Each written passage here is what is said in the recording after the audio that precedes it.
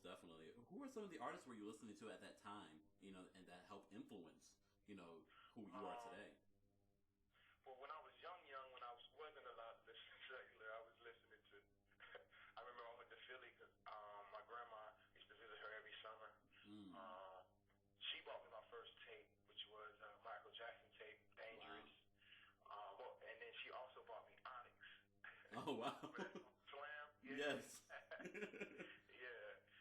But the Michael tape was what really stuck with me, and you know, I just, you know, listened to it all the time, and his melodies were just so infectious to me, and his emotion and all of that, and I think that, you know, it kind of rubbed off on me.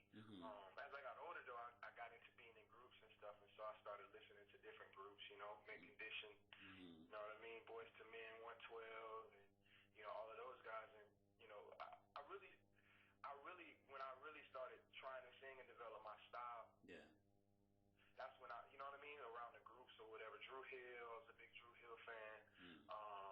You know what I mean? And even, you know, as time went on, and Donnell Jones and John B, those are guys, you know what I mean? Joe, you know, as I developed myself as even a solo artist. And then I went back, you know what I mean, and studied other things, Donny Hathaway. Of course, you know, we always knew Stevie Wonder, you know what I mean? Legend. And then I got an interest in, you know, even Jimi Hendrix. You know what I'm saying? And the way he delivers records, and how his records are all about the mood and the vibe, and him just capturing the mood. He's not gonna say or sing you, you know, sing anybody into the ground, but you know, it's a vibe and it's a feeling that he always captures. And you know, can't forget to mention he's the greatest guitar player of all time. So most definitely. And people wouldn't know. I mean, you've mentioned a few different artists that you worked with, and you know, now that you're signed with Danger and you've been working with him. But when you first were breaking into the business, you had a 50 Cent connection. Can we talk about that a little bit? Yeah. When I first was shopping my deal, I first got with my manager. We had an opportunity to, you know, meet 50. You know what I'm saying? I think it was like something like my manager knew a security guard or something like that. And, you know, he slid some of my music, security guard slid some of my music to 50. And then he liked it. And, you know, we set up a meeting. And I went over to the crib in Connecticut or whatever, which was cool, you know. How was that? Walking into 50 Cent's crib. Right. That was cool. It was really cool, man. You know, me, a young cat from Florida, Orlando. You know, Orlando, Florida, coming up to New York and going to meet 50 Cent, which at the time, you know, that's when, you know, Get Rich or Die Trying had, you know, been out or whatever. He's the hottest guy in the game. Yeah. You know what I mean? So it was definitely a crazy experience. Real cool dude, though. You know what I mean? And it was a cool vibe. We just chat a little bit and talked about different things or whatever. He listened to some of the music, and you know, I had an opportunity. He presented me the opportunity to be on Lloyd Banks' first album. Yes. Like called Karma. You know, Hunger for More. And they put me on there, and you know, we were kind of talking, you know, about doing a deal or whatever. Long story short, we ended up not, you know, doing a deal, and you know, but they kept me on the album, and that was like one of my, you know, that was the first thing that I've ever done, you know, as far as a major project, or you know what I mean, something that was national where people can really recognize my work. And that's when people started taking me serious, even back hometown. Wow, how did you do that? You know what I mean? You know, being from Orlando, people like, how did you hook up with G-Unit? Like, you know what I mean? I mean, especially at the height of their career. It was really cool. My first taste of the business, because even with that, you know what I mean, they put it out as a single, but end up putting Nirvana on it and making it a remix. You know what I mean? How did you feel about that? I mean, especially because it was your first placement, pretty much, and you got replaced. Yeah.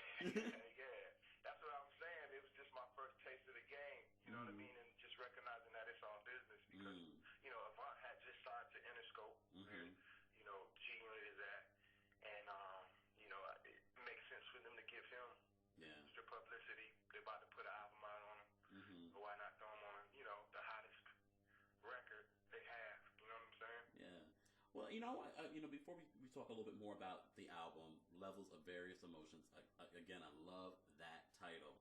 I want to talk about some of the artists you've written for. We were just talking a little bit about Mary J. Blige. When you put together a record for Mary J. Blige, where are you trying to go? Like, specifically with her new album, where are you trying to go? Where is she, want to be with this new album? Well, with Mary, just being able to grow up and listen to a lot of the stuff that she's done, like, you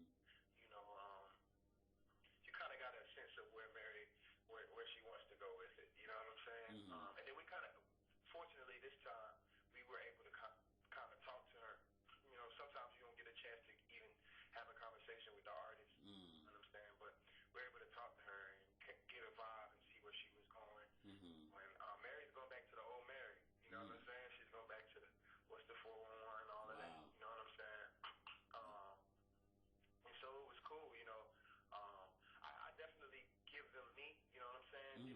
With writing for another artist, you definitely have to be conscious of what they want to talk about or how they want to say certain things or how they want to come across. And, that's the main thing, just wording it and definitely capturing a sense of them, subject-wise and what they want to talk about. But, I feel, when they call a writer in, they want the writer to give them, you know what I mean? They want me to give them me.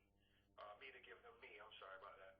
But, so I try to stay true to myself, but at the same time be conscious of where she wants to go and what she wants to talk about. And, me and Danger, I went in and did some stuff for her with Danger. Me and him, we have a system already. Okay. You know what I mean? And it makes it even easier. And, I told you she's extra cool. Yeah. So Carrie Hilson. I had no idea that you were part of Carrie Hilson's Knock You Down. It was pretty much her breakout hit for her first album. Right. How did that come about? Well, me and Danger in the studio in New York, and we wrote the record, and we felt like it was a big record. And we gave it to someone, and, we kind of waited a little bit, didn't hear anything back. And Danger sent it to Polo, and Polo heard it, and he was like, yo, this is crazy. And Carrie cut it, and I was like, all right, this sounds good. I felt good about it, you know what I mean? Then later on, I found out that Neo wanted to be a part of the record. So Neo jumped on the record, and I was like, okay, this might be one, you know what I mean?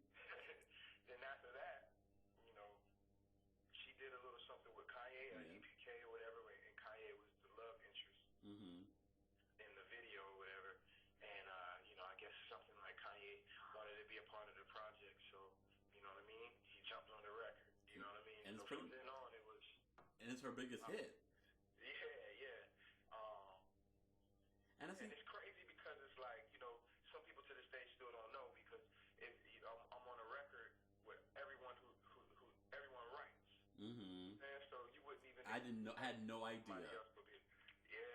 So I mean that's the great thing about interviews like this. We actually get an opportunity to see behind the music, which part of the reason that I do Kempire Radio is to give the world an opportunity to speak not only to celebrities and well-known artists, but the singers, the songwriters behind the music. Right. So this is really a great opportunity to speak with you. So I'm very thankful that you came on the show. Thank you for having me, for sure. No problem. Justin Bieber. Right. What songs did you write for Justin Bieber, and how did that come about? I've been writing for him. Nothing's been out yet, but definitely been writing some stuff for him. Okay. To get on this new project that's about to come out top of the year. That's gonna be huge. Yeah. So we keeping our fingers crossed, but definitely doing some good stuff for him.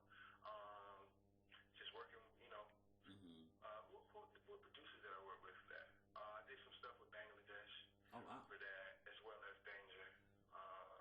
So yeah, I like the record, so we'll see what happens. What inspires? What inspires Kevin Cossom? Just life in itself. You know what I'm saying, and just I don't know, life, other things, situations. What else inspires me? I don't really know, man. I don't really know. I just. Who are some artists that you dream of working with?